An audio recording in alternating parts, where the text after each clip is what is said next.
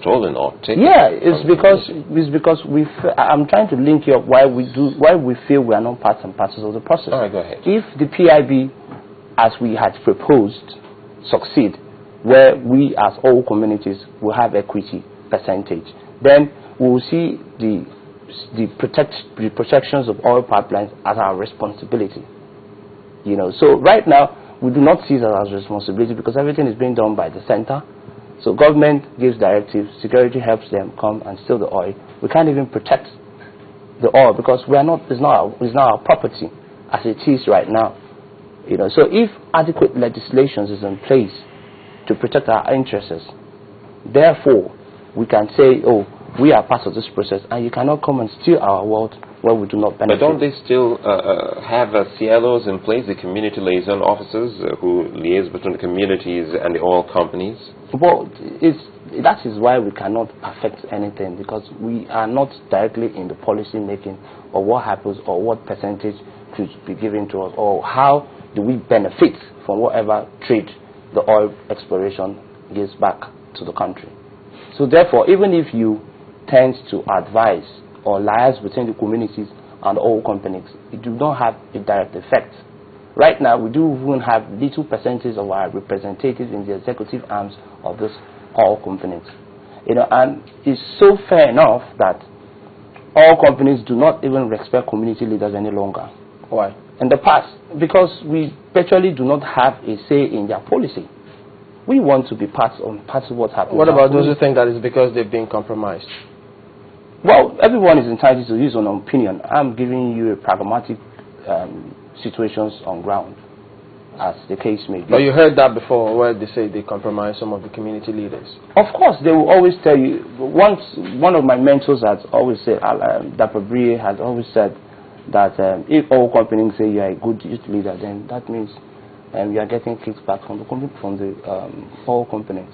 And I might also let you know that it's not everyone that is sincere to the process, but I mean, high levels of percentage of youth in the Niger Delta are the unemployed youth.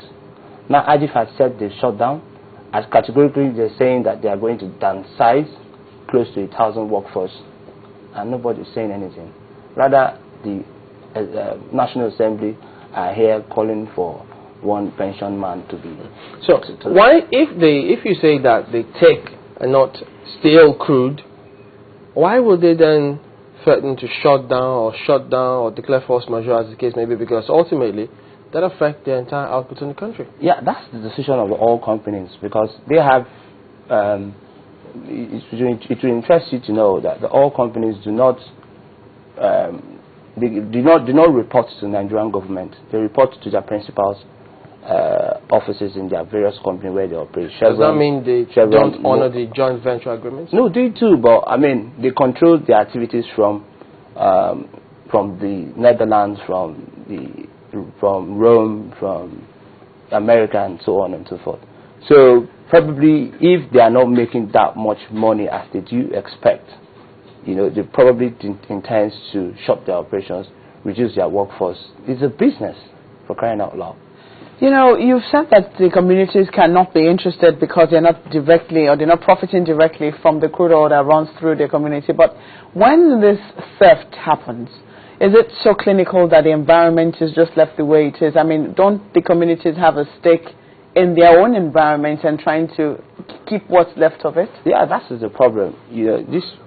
For you to talk, communities are people living in rural centers, mind you. And the people coming from the urban centers are well equipped with cash, money, connections. So probably they come in with huge presence of security to guide them and come and export us all to the world. And that's why we advocate more on legislation.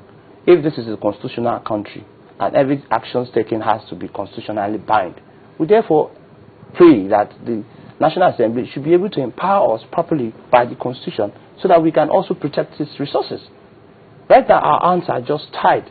The way it We're is, a toothless dog. Since almost all the communities are asking that they also come into this whole exercise, is it a given that the security agents or agencies can't, on their own, protect our oil? Well, that's why I said it's a superior directive. What is going on in the region is racketeering. It's like a circuit thing. I give you this, I take this. Everyone is just being, robbed with the whole process of, this is not our business. Nobody takes responsibility for whatever happens. That's why the agitation for environmental responsibility, justice, and accountability is still on. We have not relented, because we, the entrepreneurs in the society, the jobless young men, are the larger part of the society. Those who took up arms are like probably 0.01% of the youth in the Niger Delta. So the larger society is saying, we're unemployed, we're still unemployed, our environment is still devastated, you're downsizing both those that are already employed. And it's so pathetic, because Egypt as it is the only oil company that has majority of the Niger Delta presence compared to Shell and Total and other oil companies. So it pains us so much if Egypt is trying to downsize. Automatically, most of us that have been benefiting from our siblings who are in Egypt will probably have a shaky assistance from henceforth, probably. And those who are even in school will feel it that bad more. Isn't that why the community should help out and see how they can stop all of this, so that the oil companies can have a good time in your community?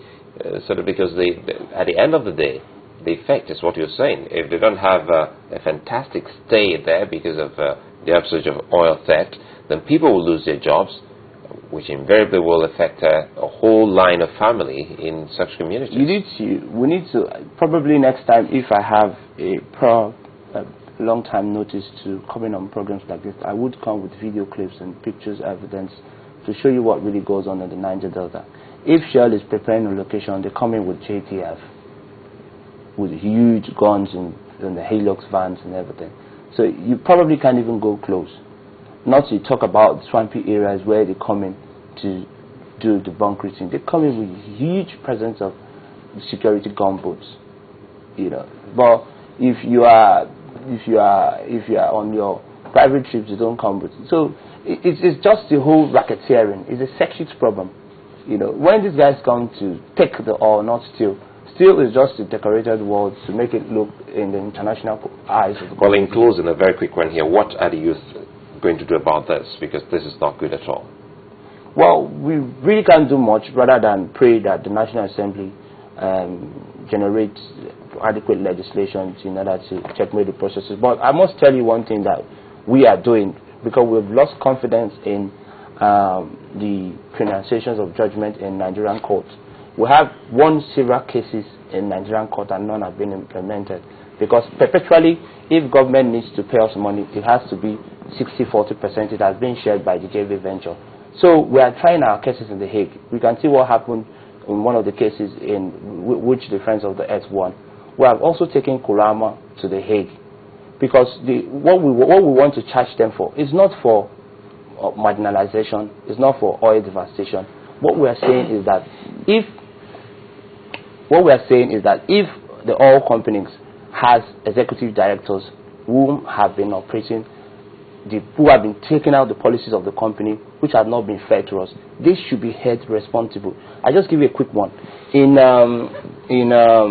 Italy, the cruise ship was sailing, and before you go into a cruise ship, you must sign terms and conditions apply. You must agree to the terms and conditions.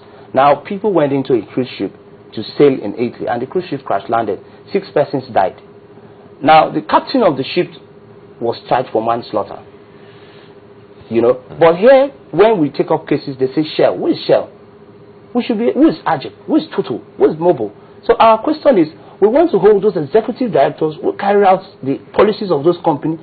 They should be held responsible for manslaughter for whatever goes on in our community. All right, thank you for coming on. Elvis Donkemezuo, Niger Delta Youth Leader, and we've been taking a look at the crude oil theft. We're back after this. Stay with us.